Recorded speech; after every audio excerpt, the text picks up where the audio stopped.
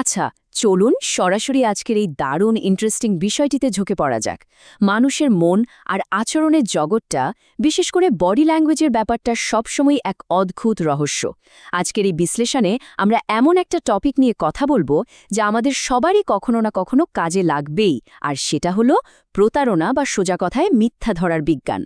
কেউ যখন কোনো সত্যি লুকোতে চায়, তখন তার শরীর আর মুখমণ্ডল কি সম্পূর্ণ আলাদা কোনো গল্প বলতে শুরু করে? চলুন আজ ঠিক সেই বৈজ্ঞানিক ভিত্তিগুলোরই একদম গভীরে যাওয়া যাক। শুরুতেই দারুণ একটা সাহসী দাবি দিয়ে আলোচনাটা শুরু করা যাক।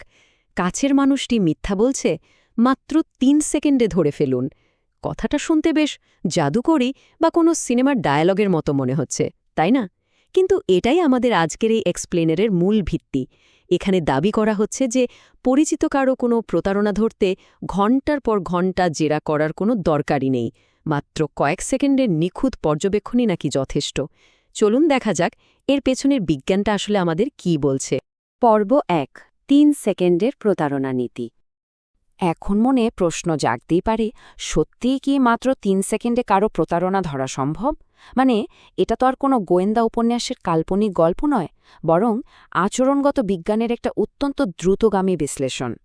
এই সাহসী দাবিটাকে যদি আমরা একটু বৈজ্ঞানিক দৃষ্টিকোণ থেকে দেখি, তাহলে ব্যাপারটা দাঁড়ায় এরকম। যখন আমরা কাউকে খুব ভালোভাবে চিনি, তখন তার সাধারণ আচরণের একটা ছাঁচ বা প্যাটার্ন আমাদের মস্তিষ্কে আগে থেকেই সেভ করা থাকে।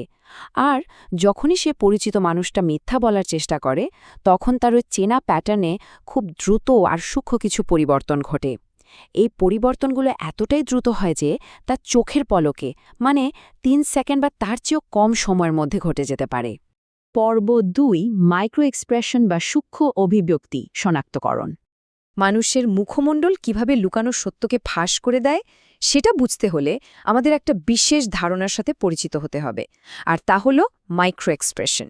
এগুলো মূলত বিদ্যুতের মতো দ্রুত এবং সম্পূর্ণ অনিচ্ছাকৃত কিছু মুখের নড়াচড়া।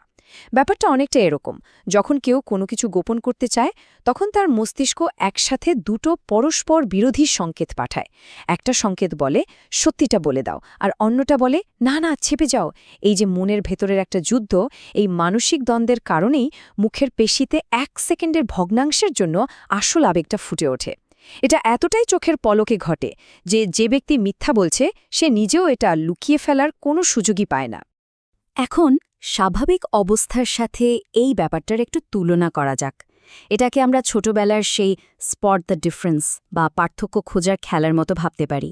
একদিকে রয়েছে স্বাভাবিক বেসলাইন আচরণ, অর্থাৎ একজন মানুষ সাধারণ অবস্থায় কিভাবে কথা বলে, কিভাবে হাসে বা তাকায়, আর ঠিক অন্যদিকে রয়েছে প্রতারণামূলক মাইক্রো এক্সপ্রেশন। এই কৌশলটা সঠিকভাবে কাজে লাগানোর প্রথম শর্তই হল ওই বেসলাইন বা স্বাভাবিক অবস্থাটা ঠিকঠাক বুঝতে পারা। পরিচিত কারোর স্বাভাবিক আচরণ তো আমাদের আগে থেকেই জানা থাকে, আর তাই তাদের আচরণের যে কোনো হঠাৎ বিচ্যুতি বা অস্বাভাবিকতা খুব সহজে চোখে ধরা পড়তে পারে। পর্ব ৩, মাংসপেশির সংকোচন এবং চোখের পলক ফেলার ধরন। একজন সফল পর্যবেক্ষক হতে হলে ঠিক কোন কোন বিষয়ের দিকে ফোকাস করতে হবে সেটা জানাটা খুব জরুরি। কার্যকর পর্যবেক্ষণের জন্য এটাকে একটা ইন্টারঅ্যাক্টিভ ট্রেনিং ম্যানুয়াল হিসেবে ধরা যেতে পারে। এখানে খুব পরিষ্কার এবং কার্যকর ৩টে ধাপ আছে। প্রথম ধাপে, যেমনটা আমরা আগেই জানলাম, বেসলাইন পর্যবেক্ষণ করতে হবে। দ্বিতীয় ধাপে কড়া নজর দিতে হবে মুখের পেশির সূক্ষ্ম সংকোচনের দিকে, এবং তৃতীয় ধাপে চোখের পলক ফেলার ধরনটা নিখুঁতভাবে খেয়াল করতে হবে। এই ৩টে ধাপ মিলে একটা সম্পূর্ণ পর্যবেক্ষণ চক্র তৈরি করে, যা আমাদের চোখে ওই সূক্ষ্ম পরিবর্তনগুলো ধরতে দারুণভাবে ট্রেনিং দেয়। এবার চলুন মূল বিষয়গুলোতে আরও একটু গভীরভাবে জুম ইন করা যাক। মুখের মাংসপেশির ছোট ছোট কাঁপুনি আর চোখের পলক পড়ার হারে হঠাৎ পরিবর্তন, এই দুটোই হল প্রতারণা ধরার সবচেয়ে বড় আর মোক্ষম সূত্র। কেউ মিথ্যা বলার সময় মানসিক চাপের কারণে তার চোখের পলক পড়ার হার স্বাভাবিকের চেয়ে হঠাৎ অনেক বেড়ে যেতে পারে, বা উল্টো অস্বাভাবিকভাবে কমেও যেতে পারে। তবে হ্যাঁ, এখানে একটু মজা না করলেই নয়। এই কৌশলটা প্রয়োগ করতে গিয়ে কাছের কোনো বন্ধুর চোখের দিকে একদৃষ্টে তাকিয়ে থেকে তার চোখের পলক গোনা শুরু করলে পরিস্থিতি কিন্তু বেশ অদ্ভুত আর অস্বস্তিকর হয়ে উঠতে পারে। তাই পর্যবেক্ষণটা হতে হবে একদম ক্যাজুয়াল, অত্যন্ত স্বাভাবিক এবং বুদ্ধিদীপ্ত। পর্ব ৪, দৈনন্দিন জীবনে ব্যবহারিক প্রয়োগ। এই ব্যাপারগুলো যে কেবল ল্যাবরেটরিতে বা পুলিশের অপরাধ তদন্তে সীমাবদ্ধ তা কিন্তু মোটেও নয়। আমাদের দৈনন্দিন জীবনে এর ব্যবহারিক কার্যকারিতা অনেক অনেক বেশি। কাছের মানুষদের আচরণের পার্থক্য নির্ণয় করা থেকে শুরু করে প্রাত্যহিক কথাবার্তায় সক্রিয় পর্যবেক্ষণের মাধ্যমে যে কেউই এই দক্ষতাগুলো কাজে লাগাতে পারে।